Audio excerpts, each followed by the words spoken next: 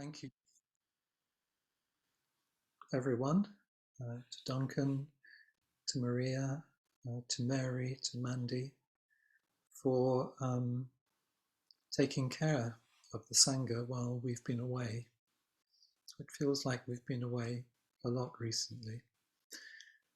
And this evening, I just want really to enjoy your company and sit with you, sit beside you, and talk a little bit. Um, I haven't got any notes apart from perhaps a quote at the end, so we'll see how it goes. So I wanted to bring you something back from Devon, some postcards maybe from our trip to Devon, where we were at the Hakomi residential. Trudy was teaching there, and I was leading the cooking, and we had 40 lovely people who came to be with us. And if I go back a good few years to 2011, I was asked to be the head cook for the first UK retreat, which was in the Lake District. And I'm not quite sure why I was asked, but I think that first time we had 18 people. And since 2011, I've been had the role of a Tenzo head cook 9 times, and I've led the cooking at 4 Hakomi residentials, so that's 13 times. And this one was my last time, my last leading of the cooking. And I will miss it. It's been a good friend to me, and I've learned a lot. And one of the things that I learned was that it's cooking, and it's also a ceremony of cooking, an extension of zazen in the kitchen, a celebration of offering these wonderful foods that we have for participants at a retreat. So when I first started, I knew it was a little bit different, but I also thought it was just cooking. And then I realized it was more than that. And now I realize it's just cooking. So there's an arc of practice with all sorts of ideas I've had about it. And the first kind of postcard I want to kind of offer you is in the beautiful dining room at Sheldon. And when all the ingredients arrive on the first day, and then on the third day, and then on the 5th day, and all the large tables become filled with this wonderful produce, all different colors, different shapes, such abundance. It is quite amazing. And quite amazing to think that after 2 days, most of it will be gone, can be transformed. And then another delivery will come, and it'll be transformed again. And each ingredient is stored differently, is treated differently, is cooked differently, and even within the same kind of category, each one is different. Each tomato is different, has a different shape. So there's a kind of uniqueness, not just between the types, but also within a basket of fruit or a punnet of strawberries. It's all just this variety of, of life. And in the meal chant, when the food is cooked and we serve it, we say 72 labours brought us this food. We should know how it comes to us. And I wonder, as when the food arrives, is this process 65? And is the remaining 7 the cooking and the serving? There's a wonder about these processes that have brought this food both from near and far. And to give you a picture, that the room faces east, so the sunlight is coming in at that time. And you can hear the birds outside, and there's a kind of vitality to those moments when the food arrives. So then a few hours elapse and we start cooking, and then the second postcard is the other ingredients arriving, which are the participants at either a retreat or a Hakomi residential. And each person is like an ingredient, the ingredient that will be transformed either by and celebrated either by Zazen, being together, sitting together, or by Hakomi, working together in a Hakomi way. And I'm struck when I'm on retreat with Flint and he offers inquiry.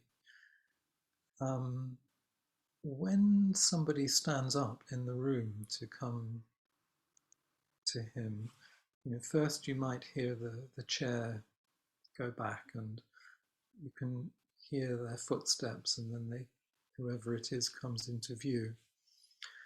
And there's a kind of question almost in the way we approach each other. We approach inquiry in a way that there isn't online, because you're immediately next to somebody.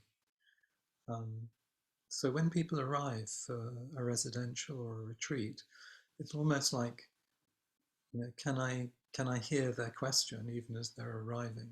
What is your inmost request? Even if you can't formulate it, there's almost a kind of something about our demeanor in that way. A little bit like the food in a way, it's like you're dealing with something really alive, and it's like, what is your inmost request? How shall I treat you in this meal? So, the second postcard from Devon is people arriving in different states and states of mind. And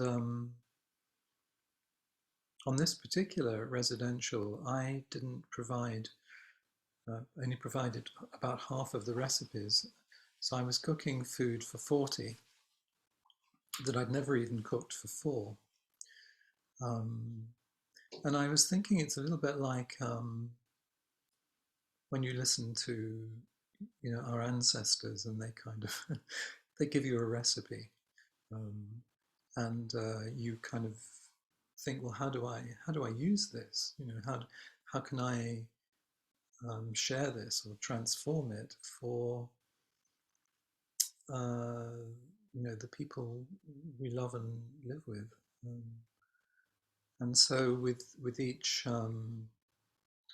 meal for 40 that I didn't know how to cook, or hadn't cooked before, I was able to take kind of particular care about each step, which was really lovely, actually.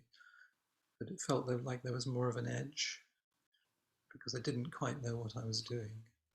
I'm sure that's a familiar feeling for us all in this in this practice. There's an edge because we have no idea what we're doing, but we take care. We take care with the spices and the salt and all of those things. And then, what do we learn? And I learned that um, when I feel I'm really not in control of it, there's a shame that appears. It's like, oh, there's this again. So there's this opportunity to kind of learn from apparent failure. It's like I feel like I've been found out as an imposter, um, and then there's opportunity to take care of myself and to be loved by other people, but also to kind of know that's what often comes up for me around what I perceive as not being perfect. Um, so my third sort of postcard for you, because of COVID, Sheldon had created this beautiful marquee, beautiful tent with all the tables in it, so that it was well ventilated, and it was very beautiful to see.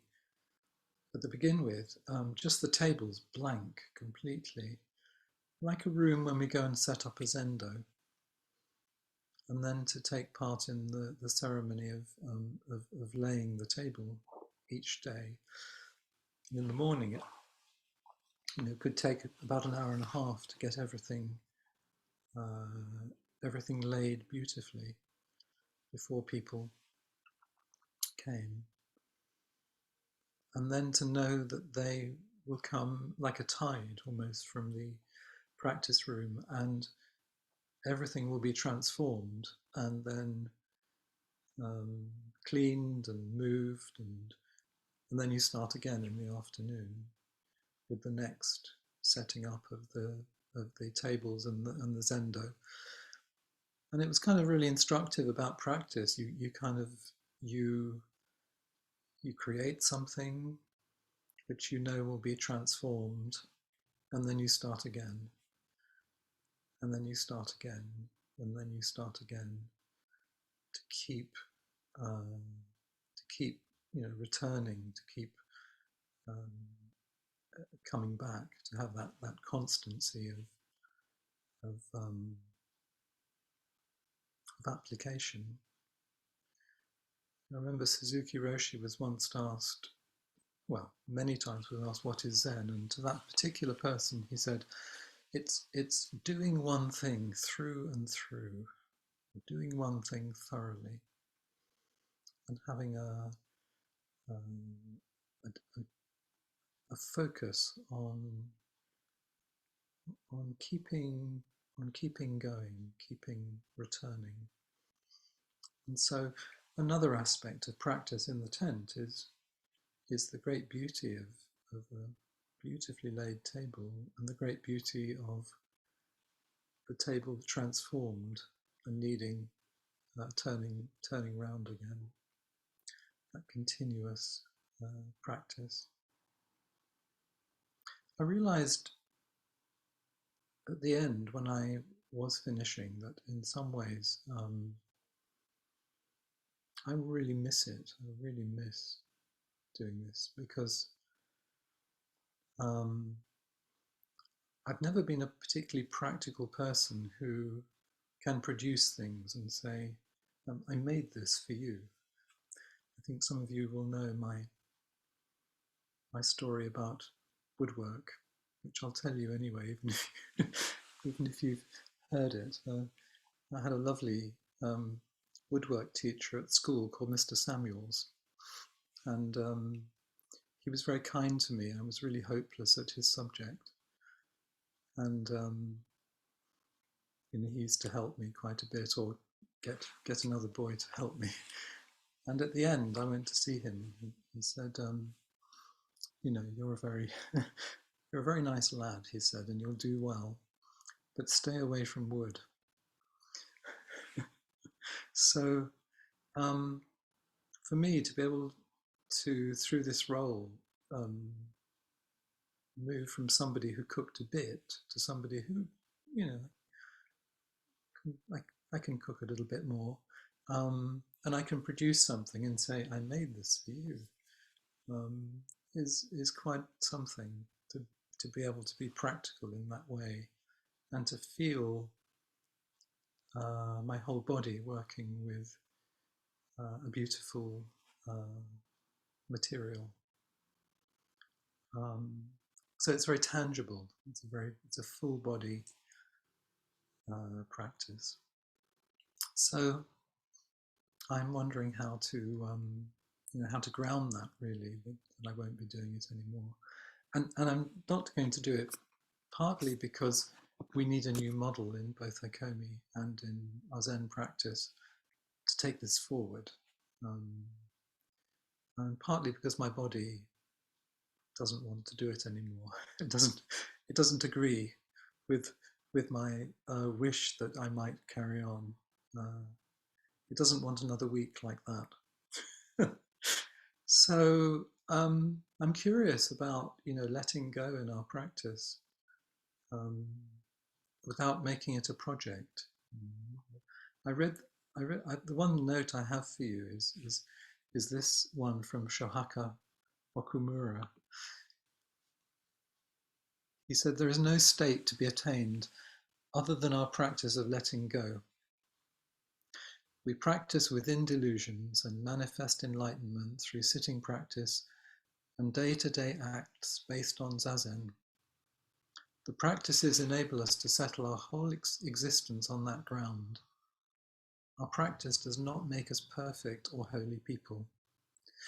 In a sense, practice means giving up trying to become perfect. It means realizing our imperfect nature. There is no state to be attained other than our practice of letting go."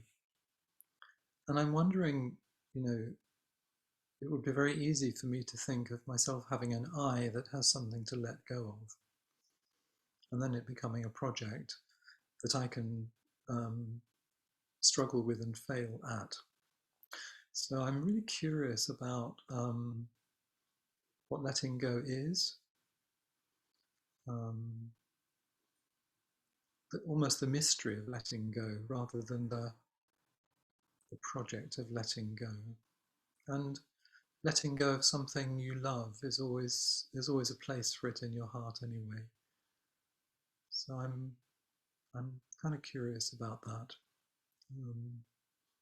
And I know that when I see people cooking in future in retreats, I might do a little bit, but I shall look on it with great fondness. We're lucky to have these wonderful practices to support us in the way. So I think that's all I want to say this evening, except it's so lovely to see you and to just talk a little bit with you. And thank you for listening.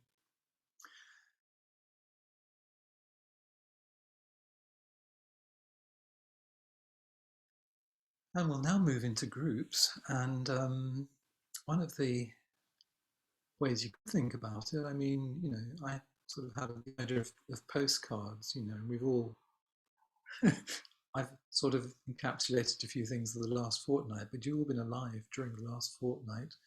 Do you have a beautiful postcard or a troubling postcard or something you would want to share with your friends, or some reflection on practice that's happened in the last fortnight, and maybe also a question. We questions are so helpful and beautiful. So we'll go into small groups and we'll have 2 minutes each to share something. Could be our postcards, and then we'll have a more general sharing and discussion. So thank you very much. Thank you, Maria.